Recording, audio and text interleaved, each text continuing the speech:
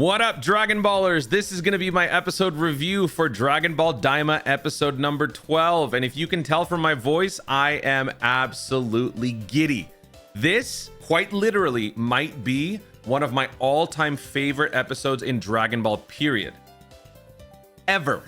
That not only includes Daima, but that includes Dragon Ball, Dragon Ball Z, Dragon Ball Kai, Dragon Ball Super, Dragon Ball GT, Dragon Ball AF, Dragon Ball ABC, all sorts of Dragon Balls. This one might be among the top for one very specific reason. So we're going to be going through the entire episode, breaking it down, and I'm going to be giving my thoughts on it. And I want to know what you guys think because this is such a crazy episode. Please watch Daima if you have not done so. I have reviewed every single episode so far, so make sure you guys check out all those episodes. All those breakdowns are already on the channel. Massive, ultra huge spoiler warning coming up. Without further ado, let's jump in. Vegeta starts the episode off by falling into the Kraken's mouth, which then dives into the water. Goku flies over to call out to Vegeta, but then the Kraken suddenly jumps out again, but this time to attack Goku. And then Vegeta is spotted, but on a tentacle. He hasn't been eaten yet. As Goku calls out to him, Tamagami 2 then attacks, and Vegeta goes Super Saiyan right as the Kraken is about to pinch him with his claws. So basically now Vegeta is fighting a two-front battle between the Kraken and Tamagami 2. It actually looks pretty cool, and if there's anyone who could handle something like that, it's Vegeta. The Kraken then finally eats Vegeta, enclosing his mouth over him, but soon regrets it as Vegeta immediately goes Super Saiyan 2 and shoots out of the Kraken's mouth. At this point, the Kraken said, you know what? I'm done. I'm out. I can't deal with this anymore. Peace. So the Kraken's gone, and Vegeta gets to return to focusing solely on Tamagami, which is great. As Goku settles back down and watches, we then switch back to Majin Buu, who is fighting Tamagami 1, because don't forget, that is still going on while this is fighting. He is still clowning on Tamagami 1, doing very Majin Buu-esque movements to showboat. He's bouncing around, he's twisting and contorting. It's everything that you would expect from a typical Majin Buu type character. Right before he punches Tamagami 1 in the face, Majin Buu stops and sits down and starts whining, claiming that he wants more chocolate because he's hungry. Tamagami 1 then walks up to the now whining Majin Buu and throws him into the wall. And as he's charging ahead to follow that throw on Majin Buu, the fight then switches back to Vegeta, who is now seemingly gaining the upper hand against Tamagami 2. Neva notices this and then decides to step in a little bit, and he does this little wiggly hand magic thing, and he is able to beef up Tamagami 2. It kind of just seems like he's unlocking his true fighting potential. Tamagami 2 starts glowing purple on the top of his head, and he's also glowing overall with blue. The two begin battling underwater while Majin Buu is now dodging Tamagami 1 as he continues to whine. So now he's crying like a little baby and also dodging all of Tamagami 1's attacks. The Gendarmerie finally hear all the commotion that's happening outside, which just so happens to be King Goma's castle. Then Goma and Degesu pull up surveillance from the nearby ruckus, and they see the fight unfold. They learn that Arinsu is there as well, watching everything. Majin Buu had run off right as Buu had asked for some chocolate. He runs back and throws some chocolate right into Majin Buu's mouth, who is then instantly rejuvenated, and he blasts Tamagami 1 away, dealing massive damage. As Buu does this rolling ball attack towards Tamagami 1, Tamagami 1 then responds by glowing red, similar to what we just saw from Tamagami 2. So then the two go in for one final clash. And after that one final clash, Majin Buu overpowers Tamagami 1, who then immediately surrenders. Tamagami 1 then notifies them of one final challenge: mental arithmetic. Majin Buu must add all numbers shown on this little screen, but those numbers start piling up. It's not just a simple 2, 3, 4 digit sequence. It's 20, 30, 40, 50, 60 numbers, all getting increasingly more complex, meaning you have to have lightning fast calculation abilities to be able to keep up with all of this. Majin Buu is not able to answer. Even Arinsu is not able to answer the question, what is the sum of all of the displayed numbers? But then suddenly, Majin Buu out of nowhere is able to recite the exact correct answer, at which point Buu hears this and repeats the same answer and wins the challenge, earning the Dragon Ball. So it was a kind of a random, just out of left corner surprise from Majin Buu, I guess showing that he still holds some value. He's kind of just been a comic relief character slash disappointment up until now, but it looks like he still has a little bit to offer. More cerebral. Goma is now losing it over the sight of Arinsu flying away with Majin Buu and Ku and the first Dragon Ball. Degesu tries to rationalize, suggesting that Arinsu is perhaps trying to help them out by keeping the Dragon Ball away from the heroes, but at this point Goma is thinking there's something else going on. Then they notice Vegeta's ongoing fight with Tamagami 2, because that is now the only Dragon Ball that is still up for grabs. Tamagami 2 manages to stop the new Super Saiyan 2 Vegeta and even proceeds to knock him out underwater. Vegeta then regains consciousness and powers up. And are you kidding me? Vegeta goes Super Saiyan 3. Am I dreaming? Super Saiyan 3. He looks incredible. His arms are folded. The swagger, he then dominates and bodies Tamagami 2, even doing the Goku finger block that he used against Trunks at the beginning of the Android saga. He starts parrying all of his attacks. He then breaks Tamagami 2's trident. Hands folded the whole time. He starts wailing on him, kicking him. And finally, after all of that stuff, he then releases that pose and assumes the Gallic Gun pose, firing a massive Gallic Gun blast at Tamagami 2, who is barely able to parry that beam. But as he does that, similar to what happened with Goku and Tamagami 3, Vegeta closes in and knocks him out with one final punch to the face, sending him flying.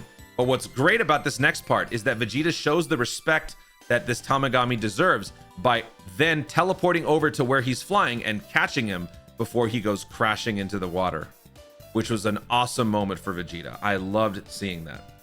He may be a battle genius, but he also has some respect for his opponents, especially if they earn it. As soon as Vegeta catches Tamagami 2, Tamagami 2 immediately surrenders. For the final challenge, Vegeta must correctly answer Tamagami 2's question in 10 seconds. So, Tamagami 2 begins narrating the story about a guy who eats some biscuits and then somebody else takes some of those biscuits. Basically, it's a long, drawn-out story with a bunch of things that happen along the way, and the intent is for you to keep track of how many biscuits are remaining. At the end of the entire story, Tamagami then starts counting down from 10, giving Vegeta 10 seconds to answer how many biscuits are left, how many biscuits were eaten, something like that. As the clock hits 0, Vegeta also answers with the number 0 and outwits the riddle. Turns out it was never about keeping track of the numbers. It was about the simple fact that the person in question would not eat any of the biscuits because that being was a snake. Snakes don't eat biscuits. It was basically the misdirect. Vegeta was able to overcome the challenge, and Vegeta got the second Demon World Dragon Ball. After handing the Dragon Ball over to Vegeta, Tamagami 2 then approaches Neva and apologizes, which I thought was very wholesome. The crew then take off heading for the first Demon World. And there's one moment that I guess we should point out. Glorio did seem to say that the engine was having a minor issue. I don't know why that was even pointed out, because Pansy then soon fixed it. As the ship flies off, you see a little bit of smoke coming off of the plane. I don't know if that's going to mean anything down the road, but then we get a shot of Goma getting very angry at the fact that all Dragon Balls are now taken by some other party. And he then ends the episode by saying, well, in that case, and then it just ends. Number one, let's just embrace the spectacle that is the Super Saiyan 3 Vegeta transformation. Whether or not you buy into the logic of it all, I think that this was an incredibly well done moment, especially for Vegeta fanboys like myself. Super Saiyan 3 Vegeta is one of those forms that I have been yearning for basically all of my life as a Dragon Ball fan. That was one of the injustices that I've had to endure as a Vegeta fan, watching Goku get all the glory while Super Saiyan 2 Vegeta is left behind. Every time, every step of the way, it is always Goku, Goku, Goku, Goku. Vegeta is never able to keep up and stay at the same level. And, well, now things have changed, but before it wasn't. And so the fact that Vegeta is able to actually reach an unreachable form is something that means a lot to me. So as a Vegeta fanboy, I am incredibly thankful, incredibly grateful that I was able to watch this. Daima is canon, so this does count. But that begs the question, how does this work? How does this fit into the scope of Dragon Ball moving forward? I suppose you could argue that there was never a point, besides one that I can't help but think about, where Vegeta never truly had to apply that Super Saiyan 3 form, because either he didn't need to, or something else happened that either resolved the issue, or he got to a point where he got stronger, right? Because we know that after Super Saiyan 2, he jumps all the way to blue form. We don't even see God form until Broly, but we see blue form for the Resurrection F arc. So Vegeta has proven that he has what it takes to reach new levels of power based on his training. And I think that that also makes this a little bit more believable for me, because when Goku said, wait a minute, since when did Vegeta reach that form? Bulma then said he had been training for this for a while. While that may seem like a cop-out, to me, it works. It's the same reasoning for Vegeta being able to go blue without a ritual or whatever, right? God Goku was only achieved because of the ritual that happened in Battle of Gods.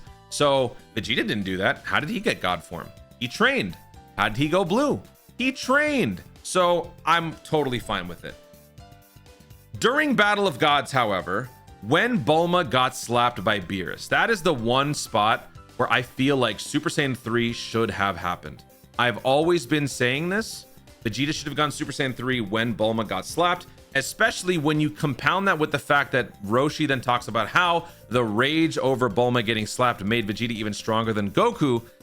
Goku at that moment was only a Super Saiyan 3. He had never known God form. He was a Super Saiyan 3 himself. So having both of them be on the same level for however brief that moment could have been, while it would have fed back into the Goku trope of constantly one-upping Vegeta, that would have been the perfect moment for that to happen. It would have added more weight, I feel like, to the situation. Yeah, it would have ultimately been a bit of a letdown for Vegeta fanboys to witness him go Super Saiyan 3 for the first time and then witness him getting bodied by Beerus for the first time. But it's Beerus. It doesn't matter what you do, you're going to get bodied. So Vegeta not going Super Saiyan 3 there, I feel like, is the only logical misstep in this whole rationalization, because every other point, he simply didn't have to do it. So I don't know how they're going to establish Daima moving forward. Maybe we're just going to sweep it all under the rug and pretend it never happened. I think that's still, seeing Vegeta do this, it probably means that we are definitely going to be doing some sort of like a universal reset. It's funny how that's sort of where I'm thinking now, especially after all of the Dragon Ball Super talk and how that was all supposed to fit into the 1 year after the end of Z. But now it's Daima that's kind of fitting that role. So maybe that universal reset might apply to Daima. I don't know. So besides the Vegeta moment, overall, this episode was a lot of fun because now everything is starting to rise to the surface. Goma is now aware of what Arinsu is doing. Not fully, but a little bit. Goma is starting to unravel. Degesu is starting to unravel. We are seeing some of the more sinister and potentially intimidating qualities of Majin Buu. We're seeing more of that Buu essence manifesting. His combat prowess, his overall power. He was able to very easily overcome Tamagami 1. So what is going to happen when the Arinsu crew meet up with Goku and Vegeta and crew? Are we going to see a three-way clash between Goku, Vegeta, and Majin Buu? Are we going to see Goku and Vegeta versus Majin Buu and Majin Buu? How is all that going to play out? It feels like things are actually moving now. We're getting to a point where something major is going to go down, and I'm really curious of what this final trump card is that Goma has under his sleeve in that case, because I thought he was just going to mention the Gendarmerie again, but they're not going to do anything. They can't stop they can't stop any of these guys. So what does Goma have up his sleeve that could potentially pose a threat to any of the other parties involved in this hunt for the Dragon Balls? And where the hell is Dende? We got to get Dende. So I am so looking forward to the next episode.